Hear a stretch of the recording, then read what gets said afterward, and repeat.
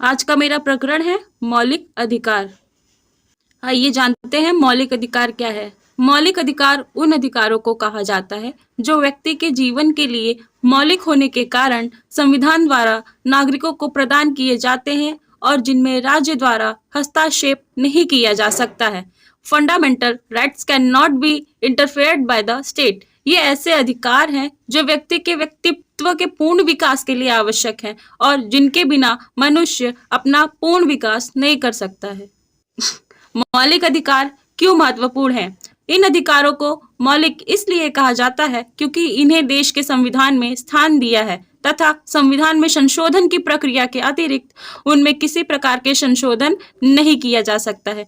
ये अधिकार व्यक्ति के प्रत्येक पक्ष के विकास हेतु मूल रूप में आवश्यक है। इनके अभाव में व्यक्ति के व्यक्तित्व का विकास अवरुद्ध हो जाएगा। मौलिक अधिकार न्याय योग्य है तथा समाज के प्रत्येक व्यक्ति को समान रूप से प्राप्त होते हैं। आइए देखते हैं मूल अधिकार संबंधित कुछ महत्वपूर्ण तथ्य। भारतीय संविधान के भाग 3 में मौलिक अधिकार वर्णित है। मौलिक अधिकार अनुच्छेद 12 से 35 तक दिया गया है। मौलिक अधिकार के प्रकार। भारत के संविधान में 7 मौलिक अधिकार थे। यद्यपि वर्ष 1976 में 44वें संविधान संशोधन द्वारा मौलिक अधिकारों की सूची में से संपत्ति का अधिकार हटा दिया गया था, तब से यह कानूनी अधिकार बन गया है और अब हमारे संविधान में कुल 6 मौलिक अधिकार हैं। भारत के नागरिकों के मौलिक अधिकार। पहला मौलिक अधिकार है समता या समानता का अधिकार, जिसका वर्णन संविधान के अनुच्छेद 14 से अनुच्छेद 18 तक किया गया है।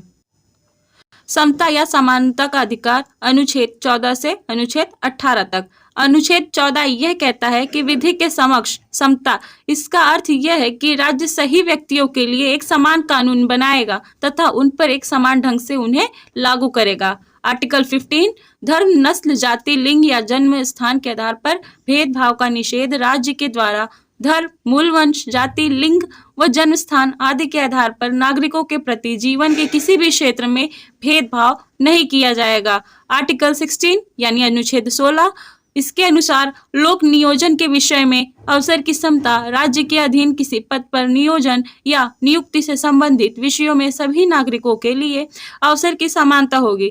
अपवाद में देखते हैं अनुसूचित जाति, अनुसूचित जनजाति एवं पिछड़ा वर्ग। आर्टिकल 17 यानी अनुच्छेद 17 के तहत अस्पृश्यता का अंत। अस्पृश्यता के उन्मूलन के लिए इससे दंडनीय अपराध घोषित किया गया है। अनुच्छेद 18 उपाधियों का अंत। सेना या विधि संबंधी सम्मान के सिवाय अन्य कोई भी उपाधि राज्य द्वारा प्रदान नहीं की जाएगी। भारत का कोई नागरिक किसी अन्य देश से बिना राष्ट्रपति की आज्ञा के कोई उपाधि स्वीकार नहीं कर सकता है। दूसरा है स्वतंत्रता का अधिकार, जिसका वर्णन है अनुच्छेद 19 से लेके 22 तक। स्वतंत्रता का अधिकार अनुच्छेद 19 मूल संविधान में 7 तरह की स्वतंत्रता का उल्लेख था, लेकिन अब सिर्फ 6 है। आर्टिकल 19A यानी अनुच्छेद 19 का खंड क बोलने की स्वतंत्रता। नोट, प्रेस की स्वतंत्रता का वर्णन अनुच्छेद 19A में ही है। अनुच्छेद 19B शांतिपूर्वक बिना हथियारों के एकत्रित होने और सभा करने की स्वतंत्रता। अनुच्छेद 19C संघ बनाने की स्वतंत्रता। अनुच्छेद 19D देश के किसी भी क्षेत्र में आवागमन की स्वतंत्रता। अनुच्छेद 19E के तहत देश के किसी भी क्षेत्र में निवास करने और बसने की स्वतंत्रता। अनुच्छेद 19F के तहत कोई भी व्यापार एवं जीविका चलाने की स्वतंत्रता। अनुच्छेद 20 के तहत अपराधों के लिए दोष सिद्धि के संबंध में संरक्षण। इसके तहत 3 प्रकार की स्वतंत्रता का वर्णन है। किसी भी व्यक्ति को एक अपराध के लिए सिर्फ एक बार सजा मिलेगी। दूसरा, अपराध करने के समय जो कानून है इसी के तहत सजा मिलेगी, ना कि इसके पहले और बाद में बनने वाले कानून के तहत। तीसरा है, किसी भी व्यक्ति को स्वयं के विरुद्ध न्यायालय में गवाही देने के लिए बाध्य नहीं किया जाएगा। अनुच्छेद 21 के तहत प्राण एवं दैहिक स्वतंत्रता का संरक्षण। किसी भी व्यक्ति को विधि द्वारा स्थापित प्रक्रिया के अतिरिक्त उसके जीवन और व्यक्तित्व स्वतंत्रता के अधिकार से वंचित नहीं किया जा सकता है। अनुच्छेद 21 के तहत राज्य 6 से 14 वर्ष के आयु के समस्त बच्चों को ऐसे ढंग से जैसा कि राज्य विधि द्वारा अवधारित करे निःशुल्क तथा अनिवार्य शिक्षा उपलब्ध कराएगा। इसका संशोधन 86वां संशोधन 2 के द्वारा इस अनुच्छेद को लाया गया था।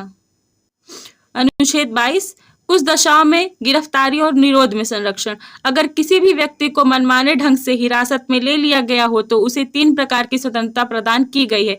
24 घंटे के अंदर उसे दंडाधिकारी के समक्ष पेश किया जाएगा। उसे अपने पसंद के वकील से सलाह लेने का अधिकार होगा। हिरासत में लेने का कारण बताना होगा। शोषण के विरुद्ध अधिकार, अनुच्छेद 23 से 24 तक। अनुच्छेद 23 मानव के दुर्व्यापार और बलात् श्रम का प्रतिषेध। इसके द्वारा किसी व्यक्ति की खरीद, बिक्री, बेगारी तथा इसी प्रकार का अन्य जबरदस्ती लिया हुआ श्रम निषिद्ध ठहराया गया है, जिसका उल्लंघन विधि के अनुसार दंडनीय अपराध है। अनुच्छेद 24 बालकों के नियोजन का प्रतिषेध। 14 वर्ष से कम आयु वाले किसी बच्चे को कारखानों, खानों या अन्य किसी जोखिम भरे काम पर नियुक्त नहीं किया जा सकता। धार्मिक स्वतंत्रता का अधिकार, अनुच्छेद 25 से 28 तक। अनुच्छेद 25 अंतःकरण की और धर्म को अबाध रूप से मानने, आचरण और प्रचार करने की स्वतंत्रता। कोई भी व्यक्ति किसी भी धर्म को मान सकता है और उसका प्रचार प्रसार भी कर सकता है, इसके लिए वह बाध्य नहीं है। अनुच्छेद 26 धार्मिक कार्यों के प्रबंध की स्वतंत्रता। व्यक्ति को अपने धर्म के लिए संस्थाओं की स्थापना व पोषण करने, विधि सम्मत संपत्ति के अर्जन, स्वामित्व व प्रशासन का अधिकार है। अनुच्छेद 27 राज्य किसी भी व्यक्ति को ऐसे कर देने के लिए बाध्य नहीं कर सकता जिसकी आय किसी विशेष धर्म अथवा धार्मिक संप्रदाय की उन्नति या पोषण में व्यय करने के लिए विशेष रूप से निश्चित कर दी गई है। अनुच्छेद 28 राज्य विधि से पूर्णतः पोषित किसी शिक्षा संस्था में धार्मिक शिक्षा नहीं दी जाएगी। ऐसे शिक्षण संस्थान अपने विद्यार्थियों को किसी धार्मिक अनुष्ठान में भाग लेने या किसी धर्मोपदेश को बलात् सुनने हेतु बाध्य नहीं कर सकते। संस्कृति और शिक्षा संबंधी अधिकार, अनुच्छेद 29 से 30 तक। अनुच्छेद 29 अल्पसंख्यक हितों का संरक्षण। कोई अल्पसंख्यक वर्ग अपनी भाषा, लिपि और संस्कृति को सुरक्षित रख सकता है और केवल भाषा, जाति, धर्म और संस्कृति के आधार पर उसे किसी भी सरकारी शैक्षिक संस्था में प्रवेश से नहीं रोका जाएगा। अनुच्छेद 30 शिक्षा संस्थाओं की स्थापना और प्रशासन करने का अल्पसंख्यक वर्गों का अधिकार। कोई भी अल्पसंख्यक वर्ग अपनी पसंद की शैक्षणिक संस्था चला सकता है और सरकार उसे अनुदान देने में किसी तरह का भेदभाव नहीं कर। संवैधानिक अधिकार, अनुच्छेद 32 इसके तहत मौलिक अधिकार को प्रवृत्त कराने के लिए समुचित कार्यवाही द्वारा उच्चतम न्यायालय में आवेदन करने का अधिकार प्रदान किया गया है। धन्यवाद।